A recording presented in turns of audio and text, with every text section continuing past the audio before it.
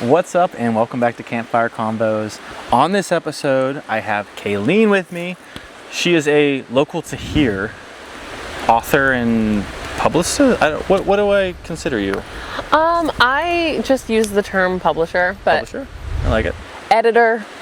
I create a magazine. I do it all. Magazine creator. Yeah.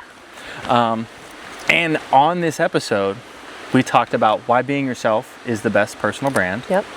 And if you're pleasing everybody, you're actually pleasing nobody. So if that sounds interesting, make sure you stick around to the end. But before we get into that, we are sitting around the pack fire, smokeless fire pit, sitting on some click chairs, epic lounges.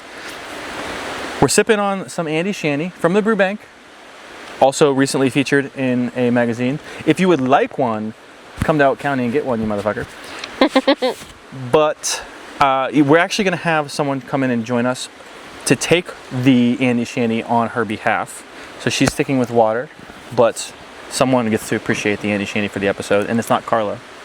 But then we're also going to do a shot of Tin Cup whiskey at the end, also with secret guest. Well, he's going to be in here, so it's not really secret. We'll introduce him later, though. So we'll do that. The man behind the curtain. Man behind the curtain, yeah. Spoiler alert. But if you would come in, I can't say your name because I don't want to spoil it for later, but if you could take your beer. This guy. Yeah, this guy over here. Cheers. Enjoy. I know you will because it's phenomenal beer. But that's all we have for the intro here. Let's jump into the real conversation. Heck yeah. Enjoy the show. Yeah.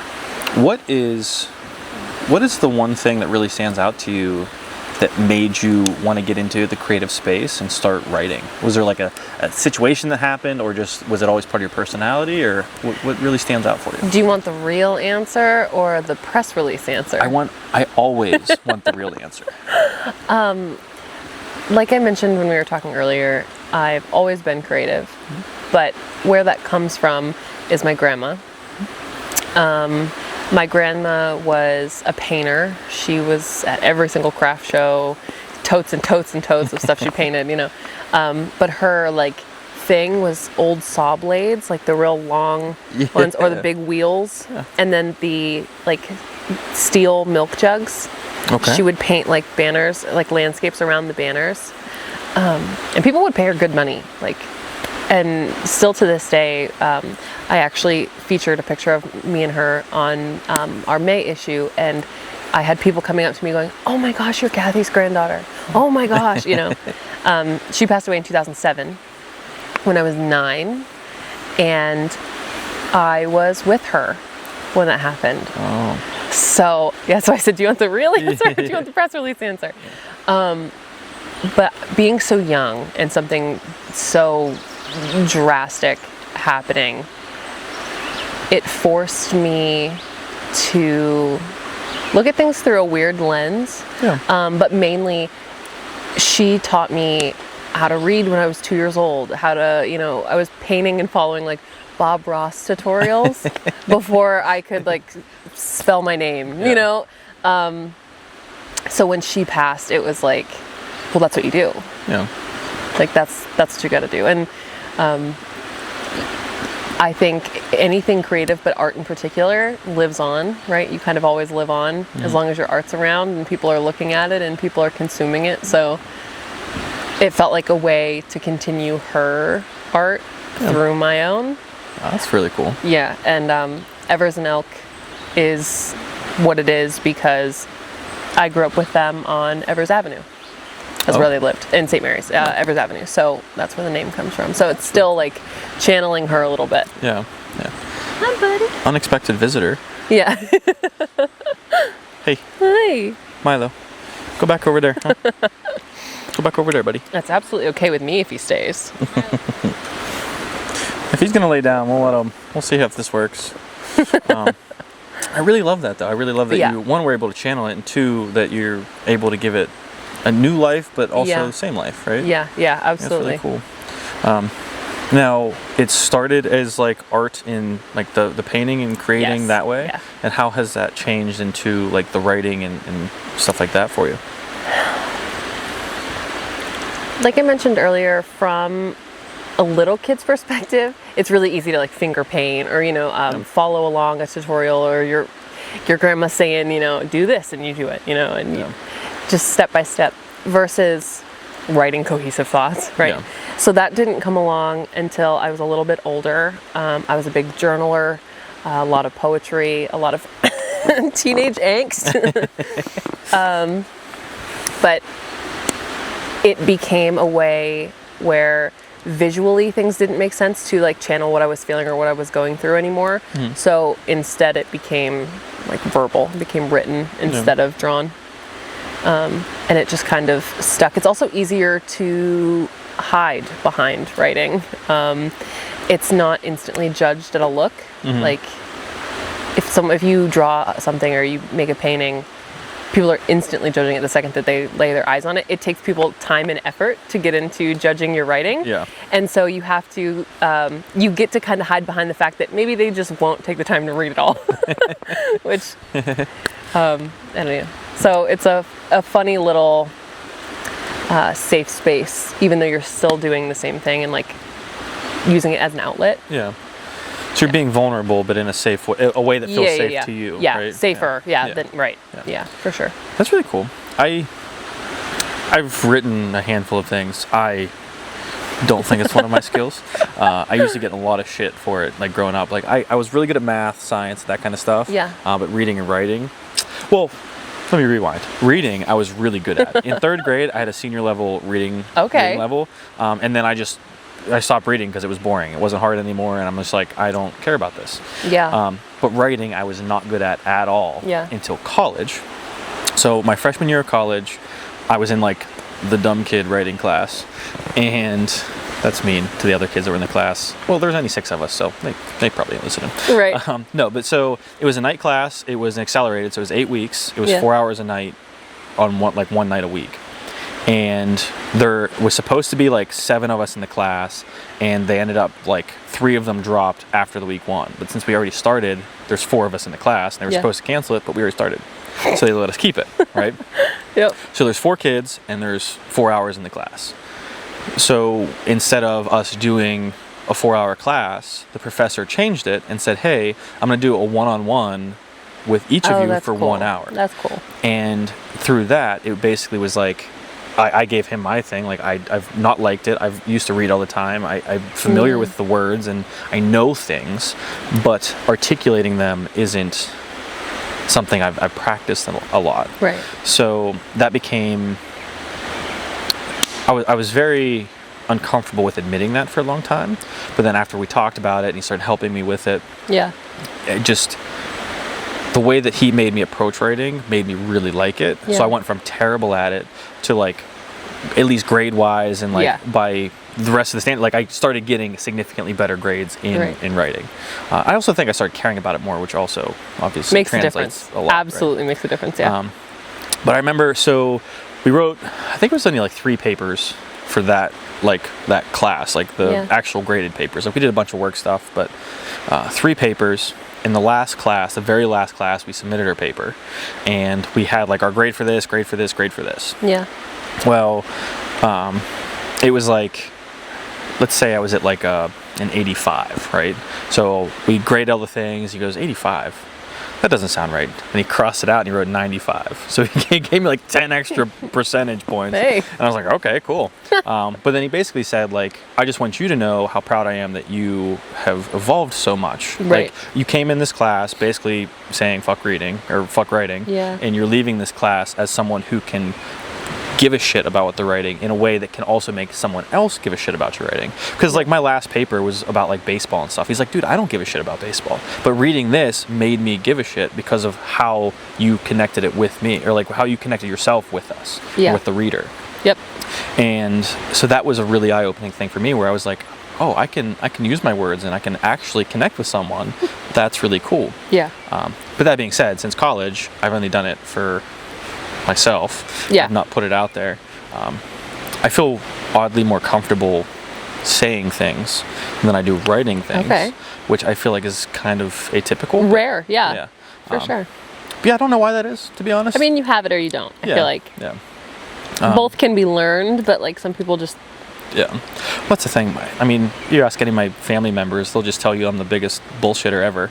I can literally talk with anyone about anything, and a lot of times, like, I have a little bit of background information and I can connect dots myself to understand the conversation, but it's not. It doesn't have to be, I know this, right? It can also just be, hey, I'm asking questions about this, and especially if you're talking to someone who gives a shit about something. For sure. That's easy to, now you're the one talking, telling me about it. I don't have to hold the conversation. I'm learning during the conversation. Yeah. So that's an interesting workaround, I guess. Yeah, it's quite the dynamic. I mean, in my junior journalism class, one of the biggest things that I was trying to I guess teach. I'm not a teacher. I'm so new to it. You know what I mean? I'm always like, I don't know if I can call myself a teacher yet. I'm still learning so much every step of the way. So with my students, one of the biggest things that I was trying to like impart on them was the emotion. And we go by angle, emotion, why. So what's your angle? That's just the thesis, right? I want to do a story on the theater. Okay, great. There you go. You did a story on the theater. But what's your emotion behind it? Okay, well, theater is kind of a dying art. You know, there's streaming services, Netflix. You can just rent any movie on Amazon Prime. Why go to the theater? Okay, so there's your emotion. It's like, it's a dying art. It's going to, if that business closes, then what? Yeah. And then why? Why should your reader care? Like, so, or what can they do? Something to, like, by the end of the article, pull your reader into being like, oh, I should go buy a ticket. You know, and if you've done that even slightly, maybe they don't go buy a ticket, but maybe they think about it. Or maybe they pass on, you know, a tidbit. Oh, did you know that the theater, blah, blah, blah. They pass on something, and now people are talking about a business that could be struggling. And it's not just the theater, it could be anything.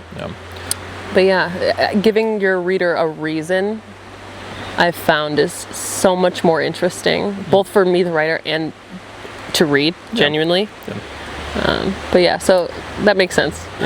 I think that little bit is kind of overlooked by so many people, especially when you're creating something. Is that you can impact someone secondhand at a very deep level without knowing it ever. So like the mentioning it, like the reader read it, didn't go to the theater, but they mentioned it to someone else, and now that someone else went to the theater. So it's like, oh yeah, that's really cool. Or there's a million different things that could motivate them to go, right? Yeah. But those are the things in a world of analytics where it's like, oh, this percentage of people watched my thing, and we watched for this many minutes, and all that shit. That's something that you never know the impact of. And I think that's something that it's kind of underappreciated. Like, what?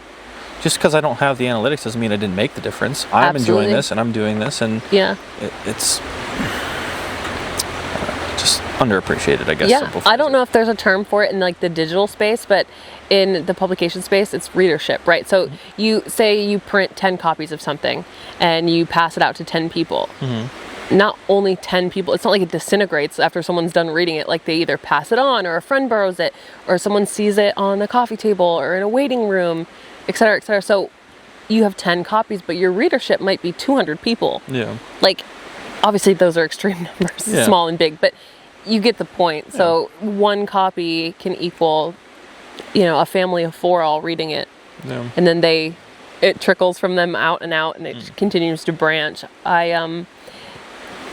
I have been a little astounded at the amount of people that come up to me and like say something about the magazine.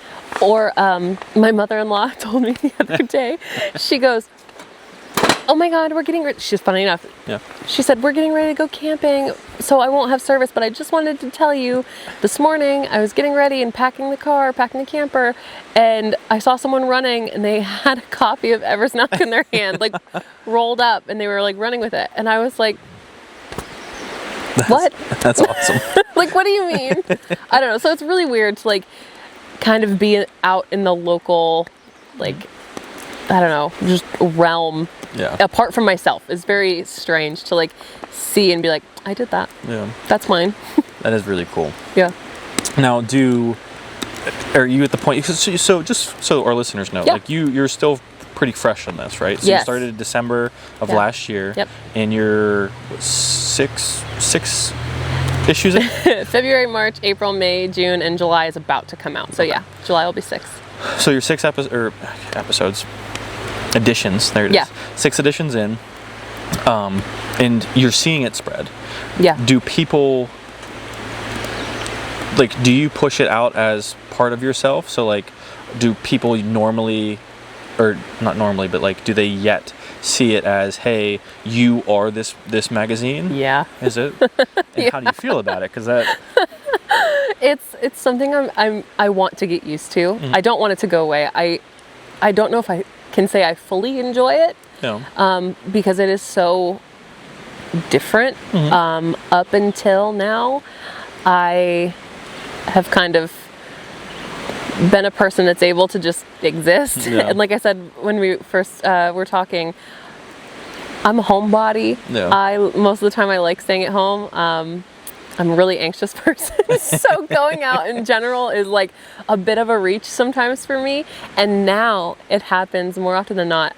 At least one of my family members at least has seen it at least once, where we're somewhere and someone goes, "You're the magazine lady." Oh my gosh. I was at St. Mary's, had a community night out, and there was a woman dressed as the Statue of Liberty who came up to me and said, You do the magazines, right? And I said, yeah. And she was like, oh, I love it. That's so cool. And I was like, thanks, Statue of Liberty. Like, what? But yeah, it's really sweet. There was another woman, her name's Mary. She's such a sweet girl. She recently had surgery she had breast cancer. And she just recently had surgery. And I sent her a few copies. She is from Emporium, so she wasn't able to make it to town where I sell it. Yeah. And so I sent her some, and we hadn't met in person. She was just like, "Hey, I'm a reader, and I normally go and get them, but I can't get them. Can you send me them?" And I was like, "Yeah, what?" Yeah. Yeah, absolutely. And I mean, and same with Carla. Like, if you reach out, and there's like extenuating circumstances, like, duh, I'm going to do what I can. Yeah. And then my sister and I, we try to go to lunch once a week, and one of our favorite spots is Tablespoons in St. Mary's. I don't know if you've ever been. I have not, actually. And so good. It's like the perfect like salad sandwich soup. Ooh, okay. Like, love it. We go there a lot. And my sister and I were sitting at a table, and someone came up to me and was like, "Hi, like, I'm that woman." And I was like, "Oh my gosh," like, and it feels like we kind of knew each other a little bit, but like we'd never met in person before. Yeah. So like, I like that she felt comfortable enough to come up and like say hi. I think that's all anybody who wants community, like, it's kind of the goal, right? Yeah. Like that people see you and go, "I love what you do." Yeah. So it's interesting, but like I said, on the flip side, I'm just an anxious person, so I'm always kind of like, okay, Cool. yeah.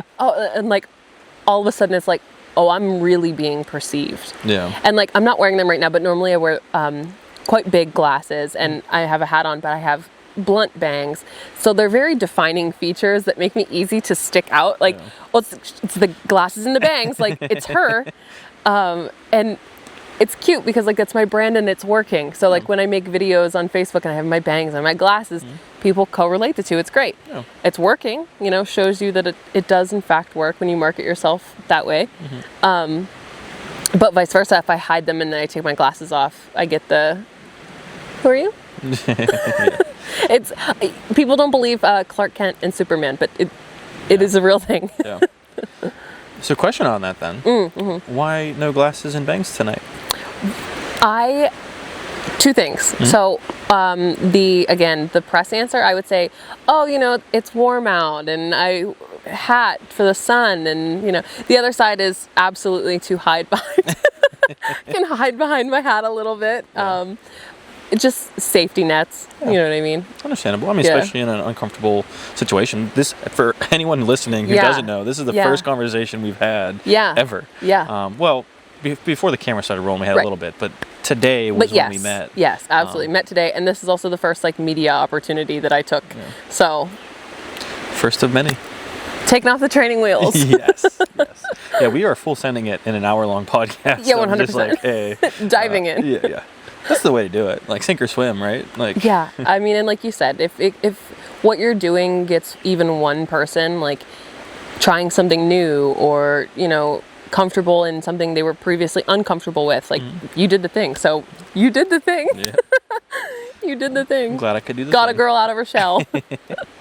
Well, I'm very glad that you're here, so I thank you. And no, this is cool just to have the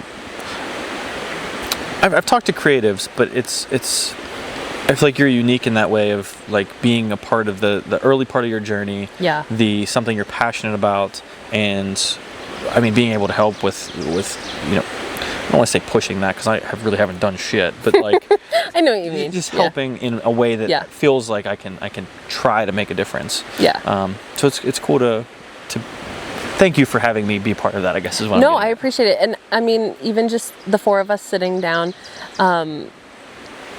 it's rare to find creatives that you align with, because not all creatives align. That's myth. Yep. We don't all know each other. We don't all like each other. It's fair. Yep.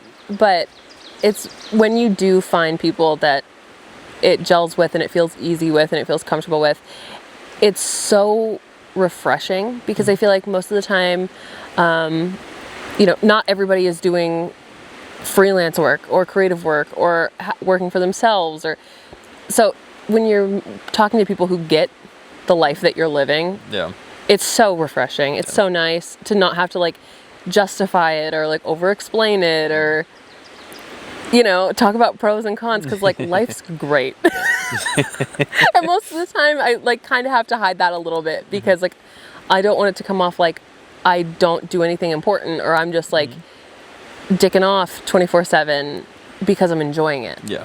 But those are commonly like associated with the two. So let me know if you can relate to this. Yeah. So when I originally started YouTube, right? Yeah. And even just like videography and stuff in general. Yeah. My dad is very old school. Right? Yeah. Love him to death. Thank you, Dad. But like he would always give me shit. Like, oh, you're sitting on the computer again. Like, dude, I've been fucking editing for 12 hours straight. Yeah. Get off my back. Yeah. And he now, after we've had conversations of like, hey, fucking get off of me, like, leave me alone. Yeah. In understanding that he now understands that.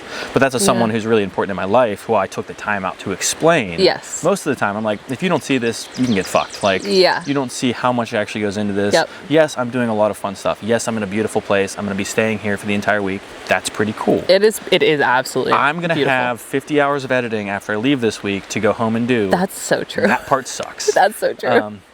So yes, I'm outside for the next 4 days. Yeah. But I'm going to be inside for the next week after that, trying to catch up on all this other stuff. Yeah. And the thing is I'm obsessive. Yeah. So I'm going to go home and I'm going to edit for 16 hours straight. Yeah. Go to sleep and then wake up the next day and edit for 16 hours straight. And do that until it's done. Yep. And it's just so many people, if you don't understand this, they're like, oh yeah, you work 8 hours Well, it and must go be home. so nice to just be sitting at home. Yeah, it's great. It's great working from the time I open my eyes to the time I go to sleep. Because it doesn't end. Yeah, not to mention all of the thinking that I'm doing about the stuff. Yep. The lists I'm making. Yep. All of the stuff that, like, hey, I just finished this. The perfectionist side. I just did this, and now I need to do this, and this. Yeah, and it never does end.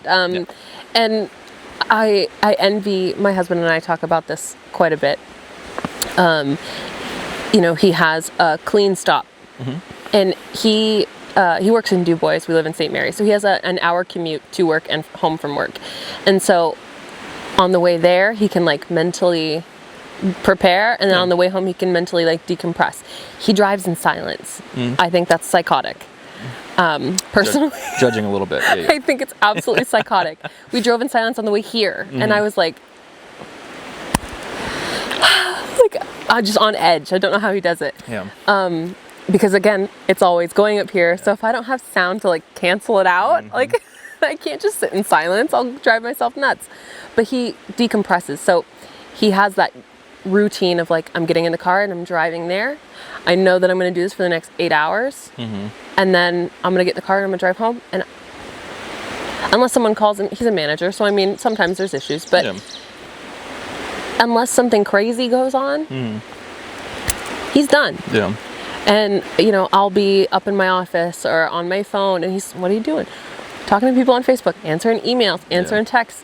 Again, it sounds silly, it sounds fun, but like your livelihood depends on it. You need to be doing it. You can't just let that person go.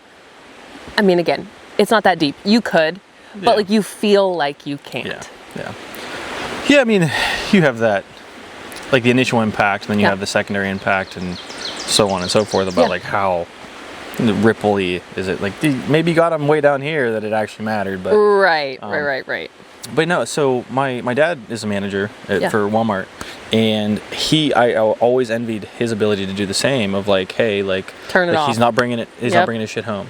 Like again, we caught him sometimes because like he'd get a call at home and now he's pissed off. So we were like, hey, Dad's having a bad day. But the vast majority of the time, it was work's done, I'm done. I'm not going to take out my shitty day on my family, and I can't say how much I appreciate that because I mean we had a great childhood, or I had a great childhood. My brothers, I'm speaking for them also. They had it pretty good too. But I think that is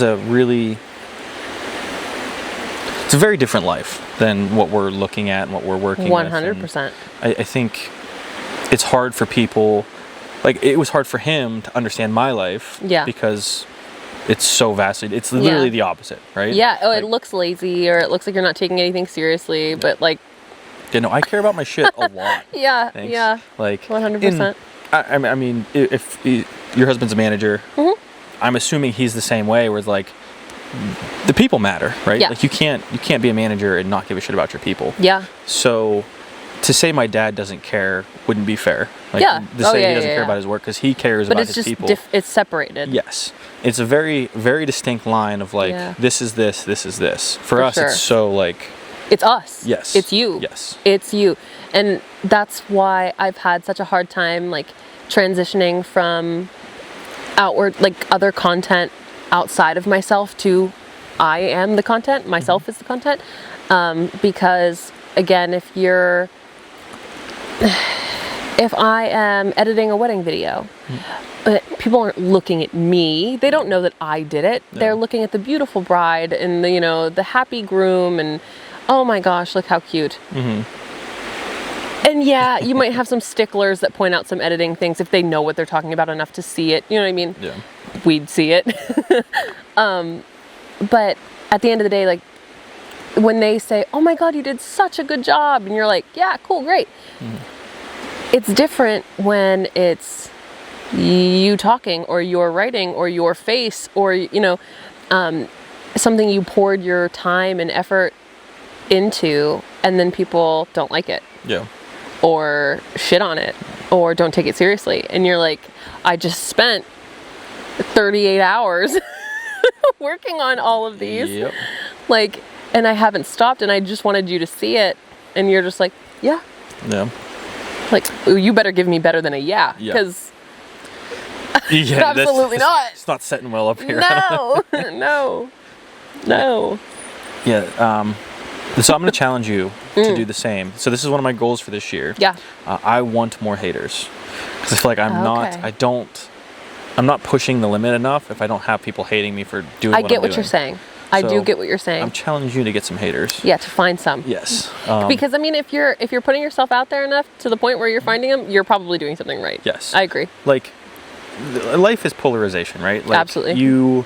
Either you're this or this. And yes, there's some things you can be middle of the road on, but like as a whole, there's going to be an opposite from you, right? For sure. So find those, if you're finding those opposite people, that means you're posting authentically to find your true people. I agree. And I think that's the part that a lot of people, like they start getting the hate and that's a good sign because you're polarizing, but that means you're going to find the people who land with what you say more deeply. And yes, the assholes are the louder people, so you got to deal with the shit.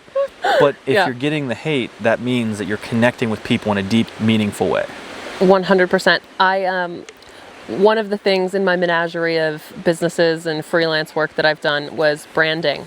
And the number one thing that I would push with my branding kits that I did, and like how I would talk to people about like creating their brand, would be to have a good one. This is my like branding hot take. Maybe it's maybe not everyone agrees, but in my opinion, and what I found works, is to be a good brand, you have to be a little bit exclusive.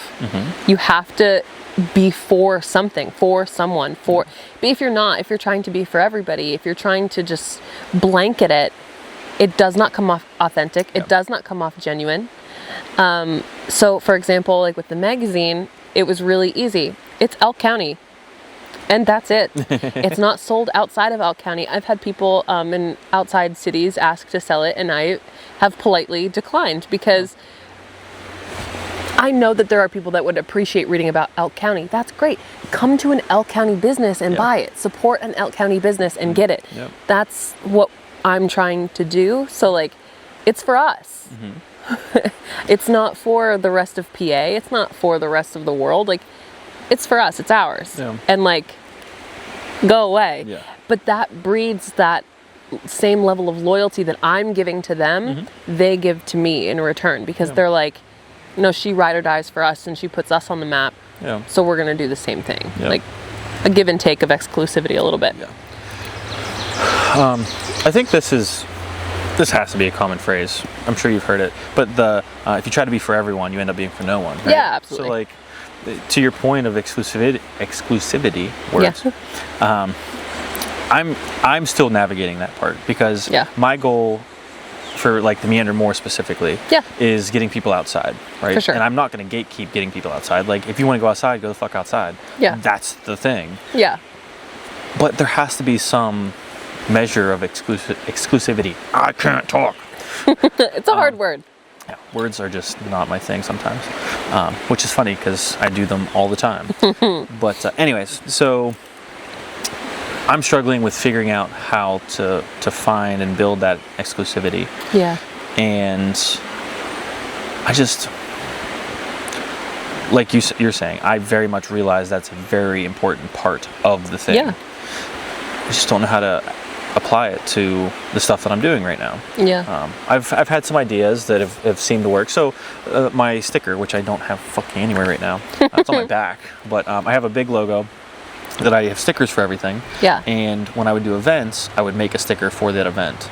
The only way you can get that sticker is by going to an event. So once that event's over, you can never get that sticker again. And I think that has been my little way of being exclusive for certain things. And I think it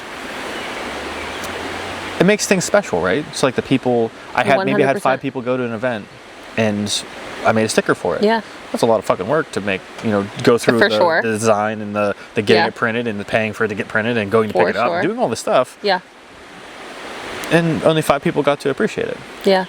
But those 5 people can actually, like, that really gets them to be your ride or die. It's only 5 people. Only 5 people, and that's a good thing, not a bad thing, because again, if you look at it, this is something that I could go on for hours about, so I'll try not to like soapbox too hard. But when I started the magazine and I got met with the, where do you think you are, who do you think you are, this is Elk County, this isn't New York City, etc., etc. First of all, you don't have to have a high population to have cool things. First and foremost. But second of all, that level of exclusivity when it's like a big brand or like a well-known thing, like if I don't know like fashion brands, but like if a big fashion brand only makes 10 bags and you have one of them, it's a big deal. Stop. Like that's, collectors would kill for one of those 10. They'll pay tens of thousands, if not hundreds of thousands of dollars for those. So like that, it's only 10. It sounds like it could be negative when people go, oh, you only made 10? Oh, it's only 10. Only 10. Do you know how many people there are like in this world? There's only 10. And I did the same like with my magazines. Like I'm never reprinting them and I'm never offering them digitally. Like Confidently hard stop. People have asked for like PDFs or no. And again, that to me is so like the people who supported it from February, that very first issue where there was only like 100 something copies, they have them. Yeah. They have them, and only they have them. And so like when people have like their full collection, or they're like, I missed April, can I get one? I'm like, girl, you gotta find one. Like, you gotta figure it out. Yeah. You know, like I love like seeing that work like in real time of people being like, I have all 6, and like giddy about it. Yeah. Like, and it's just sweet. It gives them a reason to like get out of the house and like go support a local business once a month. Like, you just know that they have something to look forward to, and that's like really cool. Yeah. So you're building the exclusivity. Yeah. Getting better at it. Getting better at it. Yeah. Saying the word, by the way. Yes. I have been giving this thought with the sticker thing for me. Yeah. Basically, I want to do a thing where if you have so many of the stickers, like I'm a big water bottle guy. So like, say you get a water bottle and you put all these stickers on, you have 10 stickers. Yeah. Well, if you have these 10 stickers, you get to come to this thing. Yeah. Like you're part of this exclusive event. For sure. Have you been thinking, or have you given any thought to something like that? Of like, hey, if you have the first 12 editions ever, right, you get to come to this special launch of this thing, or you get this special thing. Have you considered anything like that? I haven't considered that like 100%, because the numbers that I'm working with are a little bit like harder to manage. So like, again, like for February we printed 100 copies. So let's say those same 100 people bought, because we've only gone up like little by little every month. If they have all of them, like, now that's 100 people like I have to account for. But I do really want to throw a good like birthday party on December 1st. I don't even know what day of the week December 1st is, but near it, obviously, to celebrate like 1 year of it. And like, I have a list. I was going to say it's in my head, but that's a full stop lie. It's a real list of people who have supported me from day one, like without question, without wanting anything in return, and who have been, you know, I pay attention, I'm watching.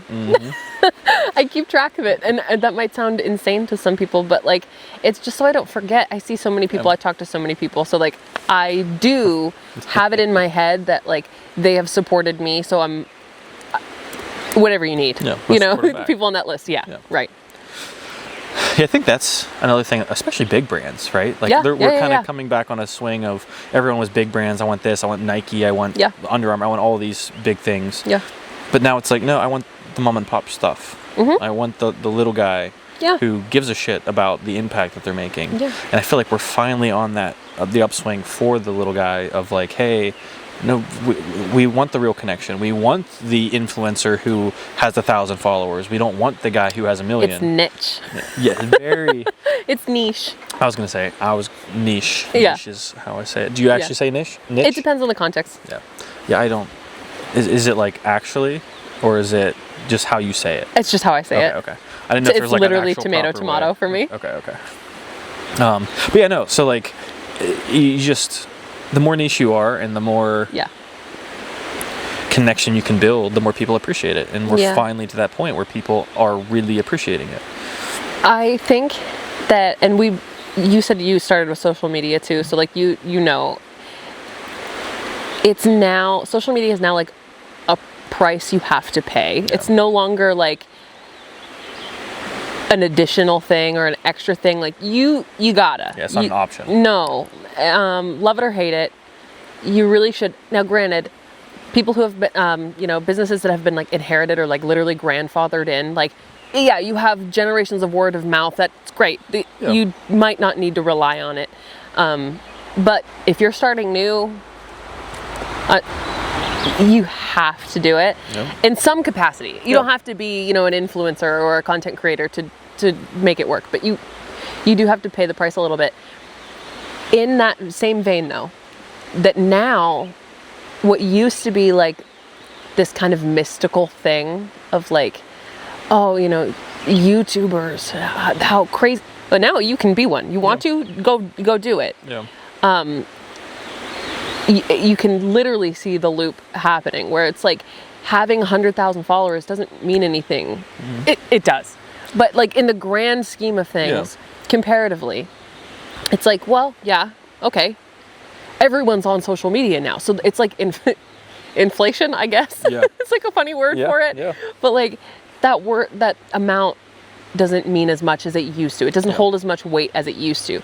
Yeah. But like you just said, now though, if you're a niche content creator or influencer and you have 2,000, 3,000 people might scoff at that number, be like, oh, it's only, I have that amount of friends on Facebook. You know how many people that actually is? Mm-hmm. Like if we had 3,000 people right here watching this like live versus that's a lot of people. Yeah. That's a lot of people. And again, the weight has gotten so skewed of like numbers. And we talked earlier about like analytics versus your actual like reach. Because you never know. Like if you don't have the analytics to match, you can't prove that you reached more people. Yeah. But like if you had that amount of people in front of you doing whatever you're doing right now, how would you feel? Because that's what it is. Yeah. So like it's really easy to forget and feel like, oh, I have a small audience, or like I'm not, I don't have 1 million followers on Instagram, so I should just not post. No. What about those 3,000 people? Because that's crazy. Yeah. Like people, I feel like it gets skewed a lot, but it's still worth so much. People like just tend to forget it in today's day and age because it's now so you have to do it. Yeah. Yeah, I think so. I don't know if you keep up with like the social media, like the people who teach it, right? Like the Gary V's and stuff. Like not so much. Gary V. Do you know Gary V though? Mm-mm. Okay, so Gary V is like one of the bigger names that I know who just talks about the impact of social media, and he kind of predicts like the future of all these things, right? Well, one of the things he talks about it is basically saying, people like influencers, but they really love influencer brands. So you're not necessarily just building an audience, you're building a personal brand for yourself, right? And that's where the world seems to be going is, yes, I can watch, you can watch Meanderin and Mitch on YouTube, but once I get off YouTube, what is there for me? Yeah. So that's why I'm trying to be like, well, listen to me on here, come to an event here, like give you real things, so like real products. I don't have any of my shit out, like mugs, water bottles, shirts, whatever. Give them real experiences to show up to. So like last month, we camped at a drive-in movie theater. Oh, that's fun. We just stayed the night. I've wanted to do that forever. I've always thought, why can't we just stay here? Yeah. And I went to a movie theater, talked to them. It was supposed to be a 20-minute meeting. It was 3.5 hours. I love those. Those are my favorite. Yeah. Love it. I love talking to people. So as I'm sure clearly. But no, so like give them all of the things. So build, they want to see you. They like that part. Yeah. So now give them another part to connect with them, and then give back to those people. So like my people who support me, I also have a list. I don't have a physical list because I probably have one somewhere. I probably have 15 partial lists somewhere actually. That's fair. But I got it up here. I got the people who have been there from day one, and they will be rewarded at some point. I don't know what that looks like yet. That's the boat. Yeah, I'm in the same thing. Yeah. But I know there's things that at some point I want to make a big deal out of. Hey, these were there from day one. Yeah. They get this, and I want everyone that is here now to see that I reward the people who gave a shit and 100% supported. Right. But 100%. Again, I could go on also forever with this. Yeah. I want to take a super quick pause. I'm going to throw some more wood on the fire. Yep. But I feel like I need to ask a question for you to like think about. Ponder. What do you think is the single most important thing? So if someone was going to do something similar to you, so like they start a magazine in their area, what is the single most important thing for them to consider? But while you think about that, I'm going to throw these logs on. Yeah. So, you should have a little bit of time because I feel like it's a pretty deep question. Yeah. So I do this thing. Have you ever heard of Buy Me a Coffee for creators? Yeah. So instead of coffee, we do Buy Me a Log. So these logs were purchased by some supporters. Okay. And they keep the fire going. So this set of logs was actually by my aunt and uncle, Aunt Kathy and Uncle Rich. Thank you so much. We appreciate you for keeping the fire glowing so the conversations can keep flowing. Love it. That's cute. So we had some supporters early on who wanted to see this turn into something. Yeah. But I couldn't give them anything. Like I didn't have any physical products. Yeah. I didn't have anything to show for it. So I started Buy Me a Log last season, and it's basically like every time I throw a log in, an animation pops up with their name on the log going into a fire. Cute. And I think that's fun. But then if you're a certain tier, then you get called out during an actual episode. But every episode for the entire season, if you supported season 4 or season 3 or whatever it was, you're at the end credits for the entire season. So we'll have a list of people that just get recognized at the end of all the episodes. Yeah. I think that's a fun way of I saying, absolutely agree. I appreciate you for supporting. Yeah. So anyways, do you have your answer? I think so. Okay. So the question again is, if someone was going to start like something along the lines of what I do, like a local magazine or something along the lines of that, what is the most important thing to consider? Yes. Like what is something that you would say, maybe not the first thing that people would think of, but something that is very important to at least consider when they're making their decisions? And again, I can't help, but my branding brain can't help but come out. Who are you? And who are you talking to? Whatever it is. Because I have had, and even just reading and teaching my junior journalism class, this was a pilot program, so it was really, really small. We only had 4 kids, but 1 dropped out, so we only had 3 kids. Our next run will publicize it a little bit more and advertise, get some more kids. Yep. One thing that I already learned, I need to be much more clear about next time around, is who my audience is. Yeah. Because I just focused on what they need to do. Their interview scheduling, yada yada, right? Until eventually they have a story. And we got to rough drafts, and I was like, oh my gosh, none of you know who you're talking to. None of you know who you're talking to. And my theme is back to school, but my audience are not students. Yeah. They are the students' mothers, the students' grandmothers, aunts. I mean, obviously men as well. It's not only women, but I know my audience, and it's predominantly women. So I was like, oh my gosh. And I had a student that wanted to do something along the lines of sports programs and what for kids to get into. And I was like, that's great. You know what would be cool? What programs are available for adults? Because I certainly don't know. Yeah. And she's, that student in particular is from Ridgeway, which is, I love Ridgeway so much, but I call it my blind spot. It's just the town that I know the least about. So when she brought that to my attention, I was like, okay, what programs are there for adults to join? If I am an adult that's looking to get in shape or do something fun or something active, what are my options, versus talking directly to students, because students aren't going to be reading it. Yeah. I'm sure that some of them will, but if you're going to do that, then aim it at the parent and how you can help your student. Yeah. So things to consider, because again, we talked earlier, if you're trying to just do everything, what do you really have to say? What are you really saying? Yeah. Is it worth reading? Is it worth my time? I don't know, because you don't know who you're talking to. I don't even know if I'm one of your audience. I don't know if this fits. If your content is 100% camping, I don't camp. Yeah. Is that going to be for me? I don't know. However, if you know who you are, and I get to know who you are through your content, I go, oh, well, I like him though. Yeah. A great example, my husband is going to laugh when he hears this. And I can't think of the name.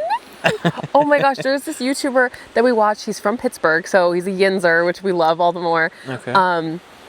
And he makes tools. Hold on.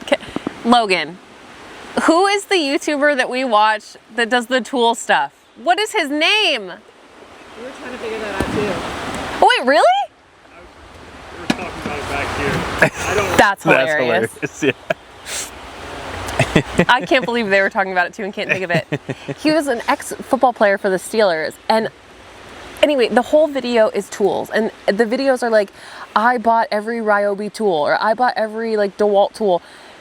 And it's just, or like I try TikToks. We eat it up. We eat it up. And I could not tell you how I found this person's content. Yeah. I have no idea. I don't know.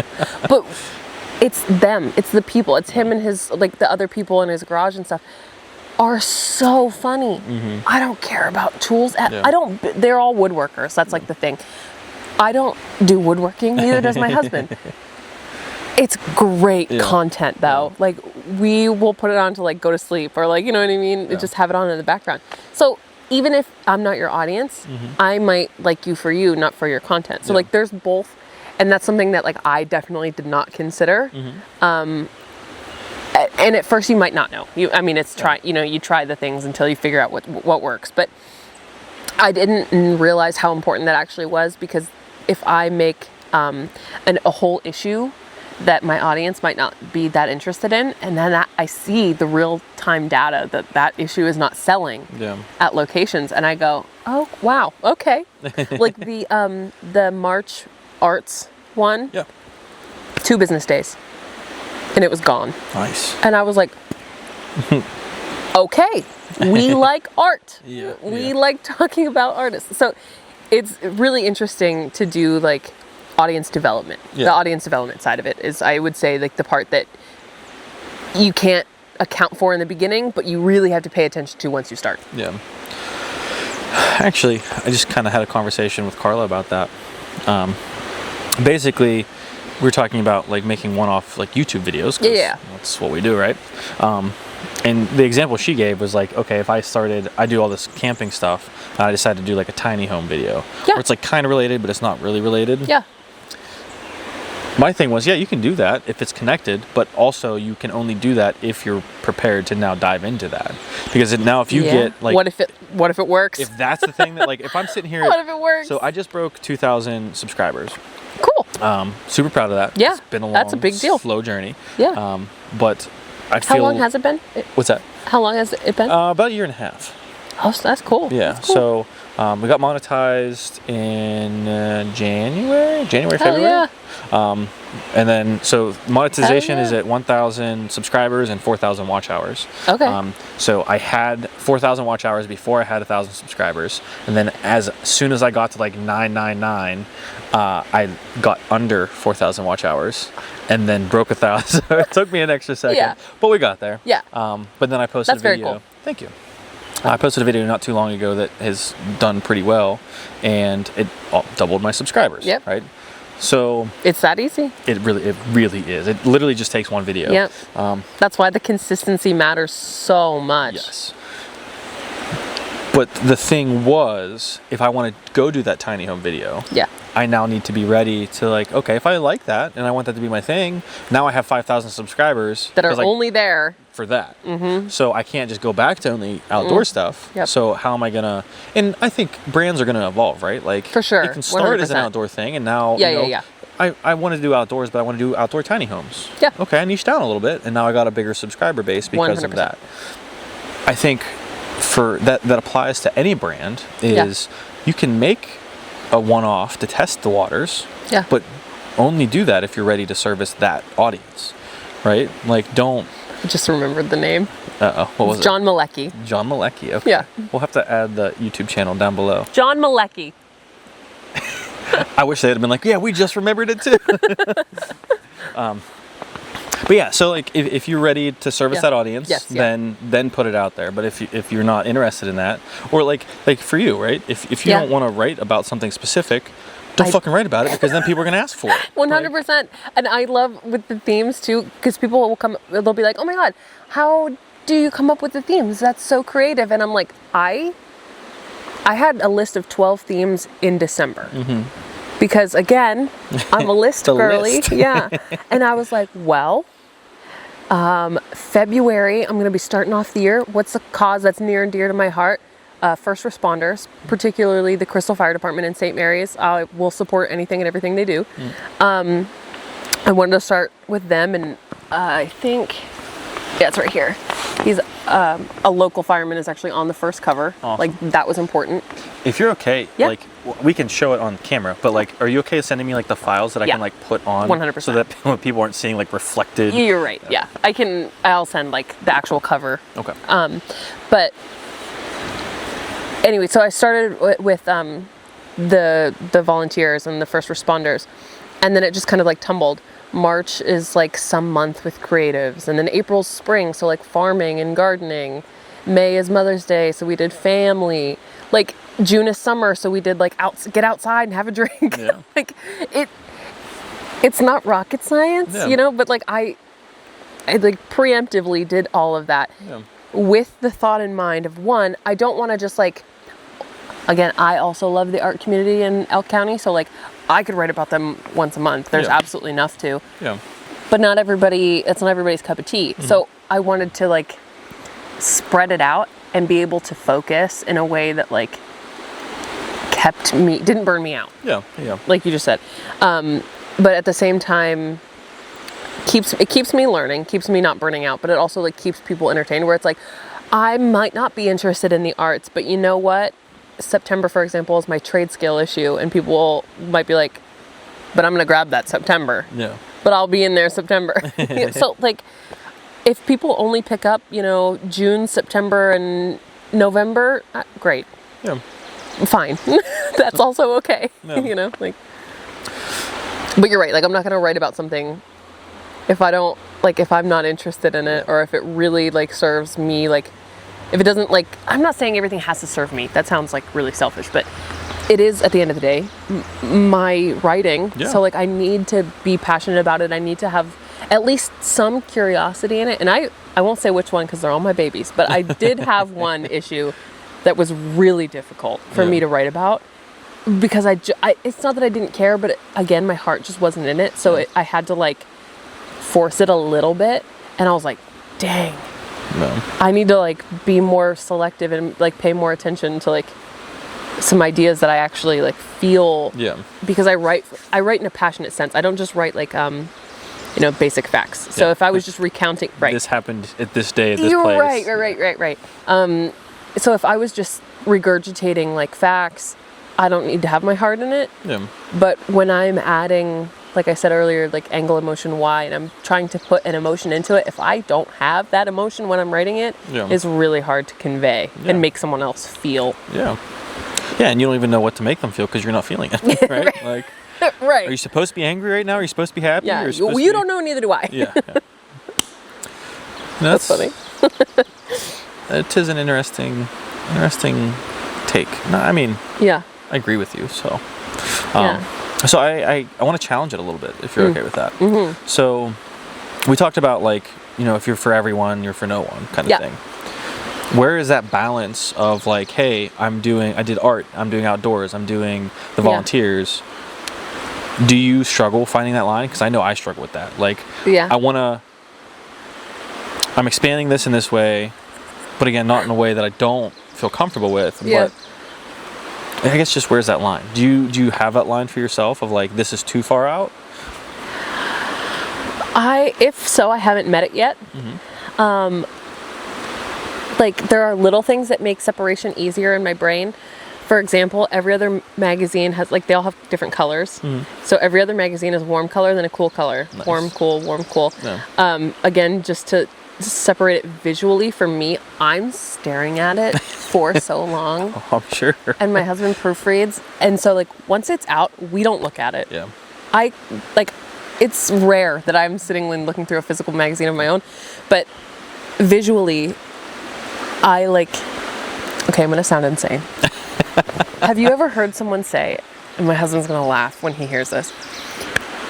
Have you ever heard someone say, November is Thursday, is 7? No. Like, there are some people that associate things that have nothing to do with each other, but they just like associate them together. Yeah.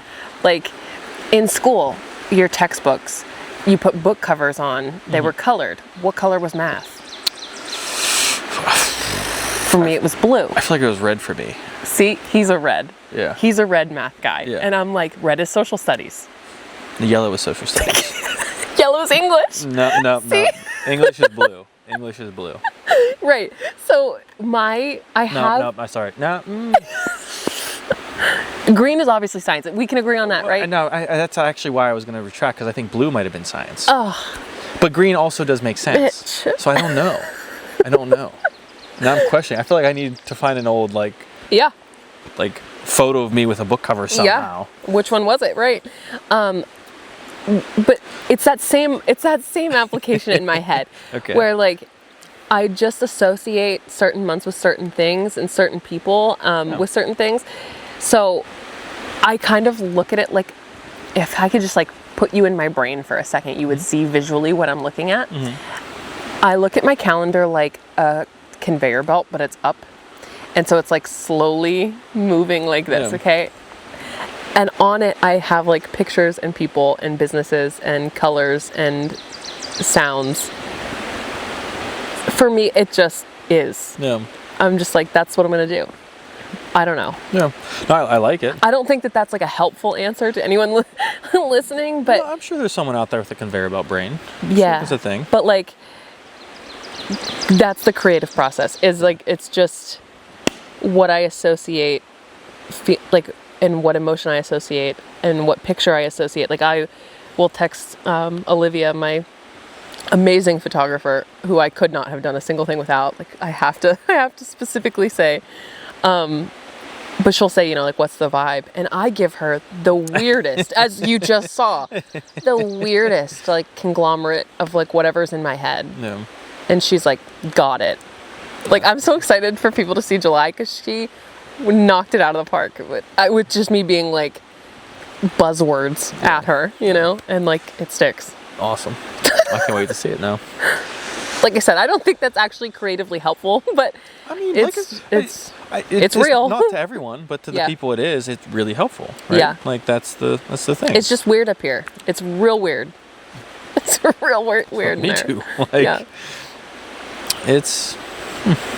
Yeah. So when you said the conveyor belt, I'm just picturing the little sushi restaurants for but just on its side. Yep. Exactly that. Nice. Yeah. Yeah. I don't know how you picture the calendar in your head. I can honestly say I don't know if I've ever pictured a calendar. You're in my head. such a guy. I picture it like a calendar. You flip the pages and then you get a new one. Yeah. That's so funny. Yeah. Mine has to do with seasons and time too. So yours is on a clock. Your little conveyor belt is on a clock. Yeah, but it's oblong. It's not a perfect circle. Okay. So right now we're in July and we're a little to the right, or we're almost in July. Yeah. And then it'll be August, and I'll come around the short end of the conveyor belt is November, December, January. Okay. And then Okay. You yeah, get that it. also feels right too. Yeah. Because I feel those months just. Yeah. Yeah, May is the longest month ever. So I feel that has to be your middle section. Yeah, exactly. So it's really weird. When people hit me with how can you do all of this by yourself, and how do you find the time, or how do you not get burnt out, or et cetera, et cetera. No. I don't know. No. It's just in there.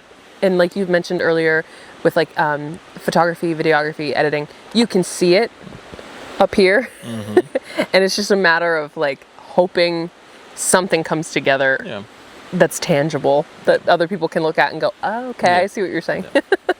It's also funny when people come in halfway through the process and what the fuck is this? Yeah, don't look at it. Hey, give me a minute. It's not done yet. Whoa. Yeah. Don't judge it. Yeah, for sure. Well, so I'm going to throw one more log on. Mm-hmm. I'm not going to do any call outs this time but I want to ask you one more question. If you have any questions for me, I want you to ask me one more question. Yeah. And then we'll wrap this up and we'll have Logan come in for a shot and we'll end the thing. Does that sound good? Hell yeah. So if you have a question now, you're more than welcome to ask it. If not, as soon as this is in here and I don't burn myself, I will.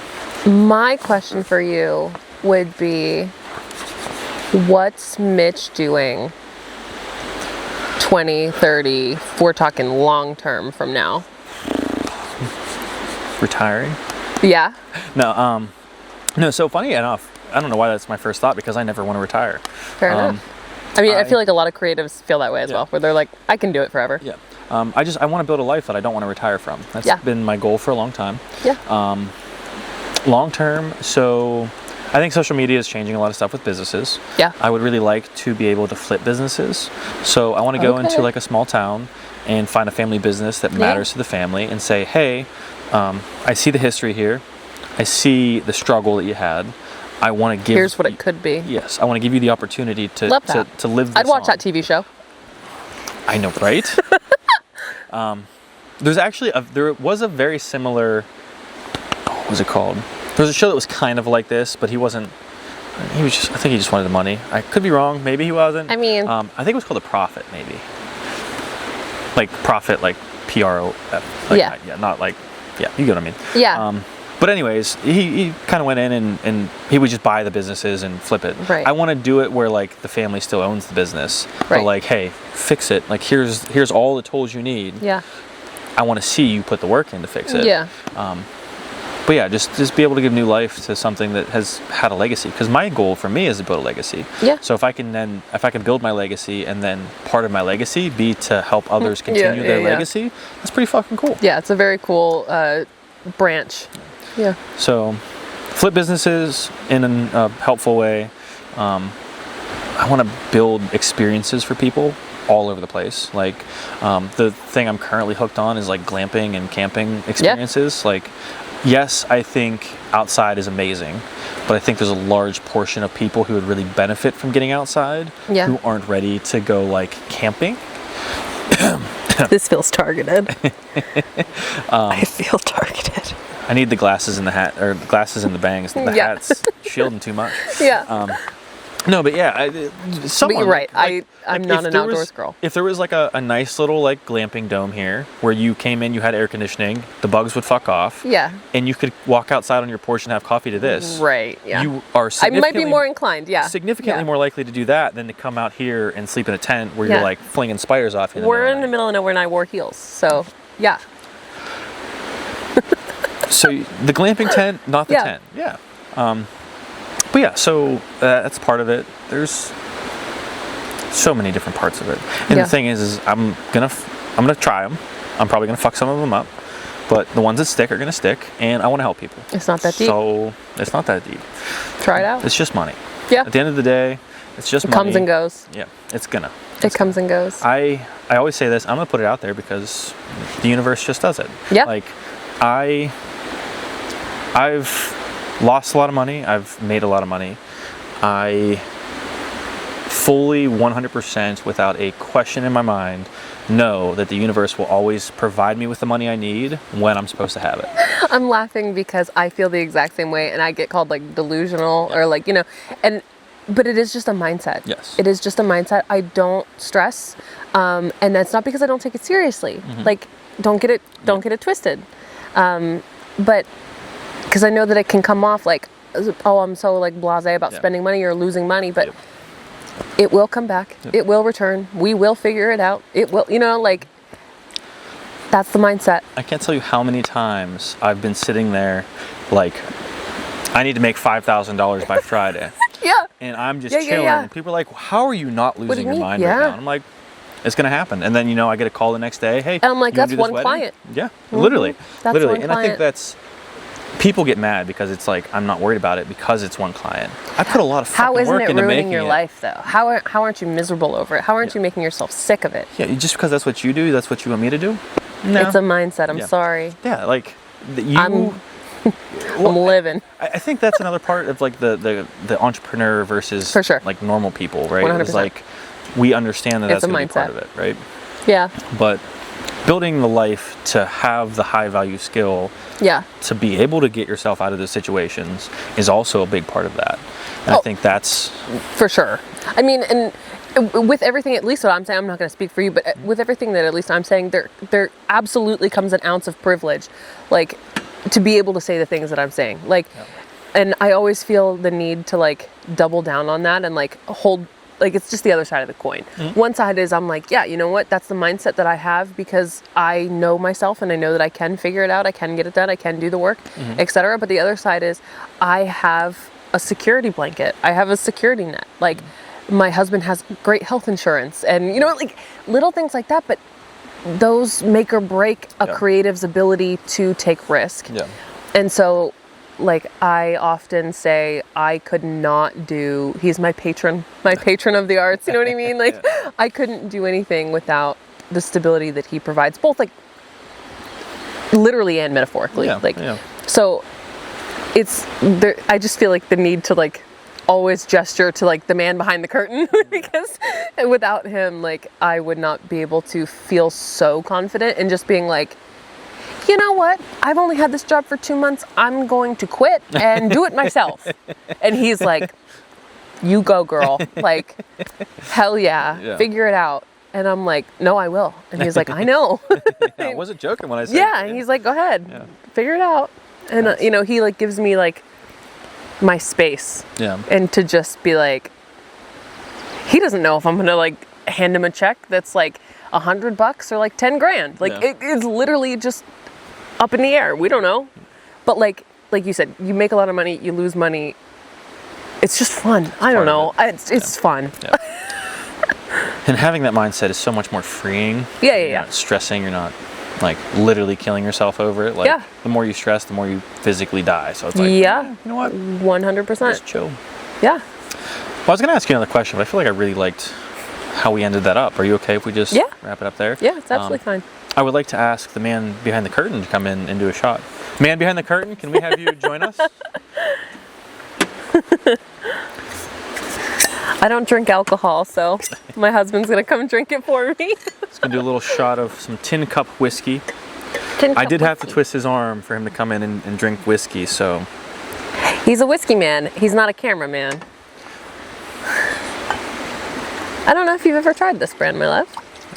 Also, I'm notorious for large shots, so I apologize if that was too much. So, we're going to do a little toast. Oh, by the way, this is Logan, her husband.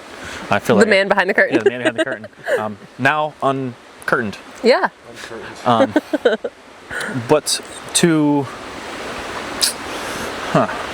So, much like your man behind the curtain, I feel like I also am able to be the thing that I am trying to become because of my support system, my parents specifically. Yeah. Working really hard to not need them ever, but knowing that they will always be there when I need them. Yep. So, to the men and women behind the curtain, cheers. And thank you for being here. I'll drink my water. Yum. What'd you think? It's great. Good. I'm glad you liked it. That is all we have for this episode of Campfire Convos. Until next time, I appreciate you. Peace! Yay! A huge thank you to everyone who bought a log this season. Some of you sparked the fire, others kept it burning, but every one of you helped make Campfire Convos possible. So from the bottom of my heart, thank you so much.